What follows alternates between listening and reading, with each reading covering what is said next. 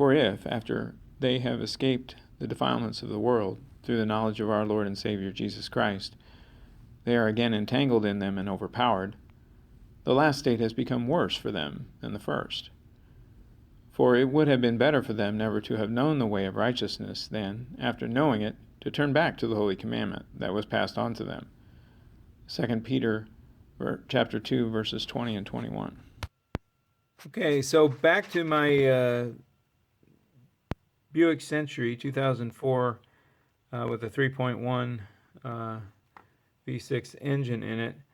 I was having stalling issues and rough idle, and so I also was throwing a P0172 code rich, and my cylinders 5 and 6 were kind of missing more often than the other ones were missing. 1, 2, 3, 4 were not, and so it looks like I'm getting too much fuel in there, and the reason I'm getting too much fuel in there is because this fuel pressure regulator is bad. Now I just finished, I was running the engine, and I pulled this vacuum hose right here off, and you can see it's all covered with fuel. So the fuel, that diaphragm in that pressure regulator is compromised, and it's allowing the fuel to be sucked up into the through the vacuum line into the engine, and it's causing a super rich condition, and that's why it's hard starting and all the issues that I'm having. So I wanted to make sure you look for that if you're having stalling issues. So I'm just going to demonstrate to you what it looks like when you pull this line off when the engine is running. Okay.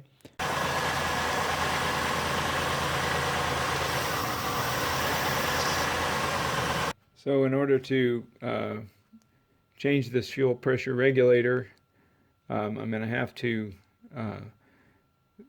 depressurize the fuel rails when I take this pressure regulator off.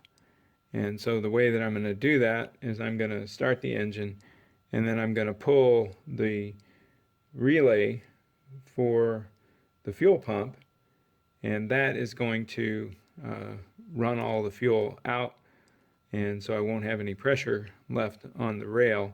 So then I'll be able to remove the pressure regulator without spraying gas all over the place. Okay, so I'm going to go to the fuse center over here. I'm going to see. So according to the diagram, it's this one right here. So I'm going to go ahead and start the engine, and then I'm going to pull this relay out to relieve the fuel pressure on the system, and gradually the engine should die. And when I removed that, it did indeed die. So now we should be set to remove the fuel pressure regulator. So in order to do that, I have a T30 Torx bit here that I've kind of taped into place on my ratchet so that the bit doesn't fall out. And so I've just pushed this throttle plate down so I can get the wrench in there to do that. And so I'm just gonna gently loosen this bolt here. So I'm gonna try to get it the rest of the way out with this extension. All right, and you can see I've just removed this valve from here and just moved it out of the way. So now I'm going to try to ease this regulator out of here. So I cannot quite get that regulator free because it's running into this bolt right here on the throttle body. So I am going to have to try to see if I can take that bolt out. So Down in there is that bolt head.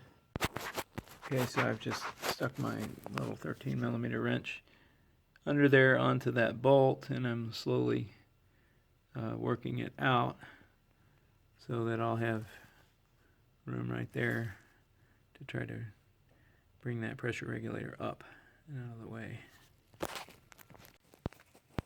I'll say, okay, so by backing out the bolt right there, I was able to get that to turn. Okay, so to break this loose, I went ahead and stuck the fuel pressure regulator back into its hole there, and then I did break down and bought a 24mm wrench, and in order to get the swing in there, I just stuck it down in the cavity and put my wrench on there. I already turned it once, so there you can see I was able to turn it. I can still turn it, and I may be able to turn it by hand now.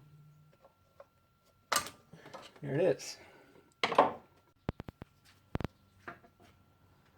Okay, so to make this installation a little easier, I'm gonna just put a little grease on the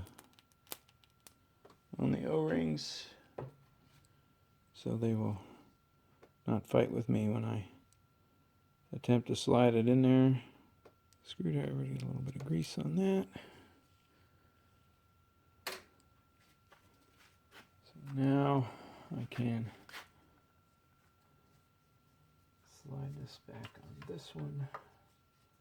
Okay, so what ended up working was I put it in the hole first, then I rotated it a little bit and then pushed down on the pipe, on the fuel pipe, and was able to get it to work the corner, and by twisting it this way a little bit I was able to get the pipe on it and then work the pipe back up. So didn't have to take the fuel line loose. Okay, so finally I got it back in place.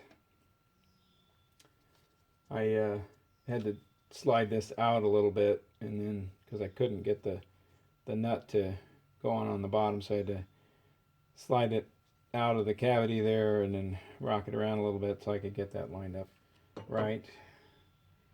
And so now I should be able to tighten that up securely. It goes the opposite way when I turned it off.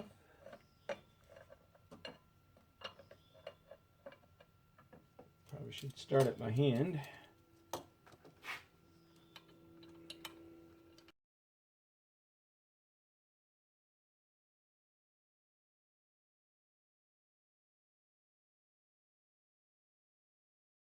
Okay, there was this bolt right here that I had to loosen in order to get the regulator out. So we got to remember to tighten that one back up. Okay, she's running a lot smoother now. The fuel trim numbers have gotten back to closer to where they're supposed to be. The misfires have pretty much gone away. I've still got some issue going on with cylinder number 5, but it's not nearly as bad as it was. And so I think that was the main problem that was causing my stalls and rough idle and all that stuff. So anyway, for a 230,000 mile engine, I think it's going to be all right for a little bit.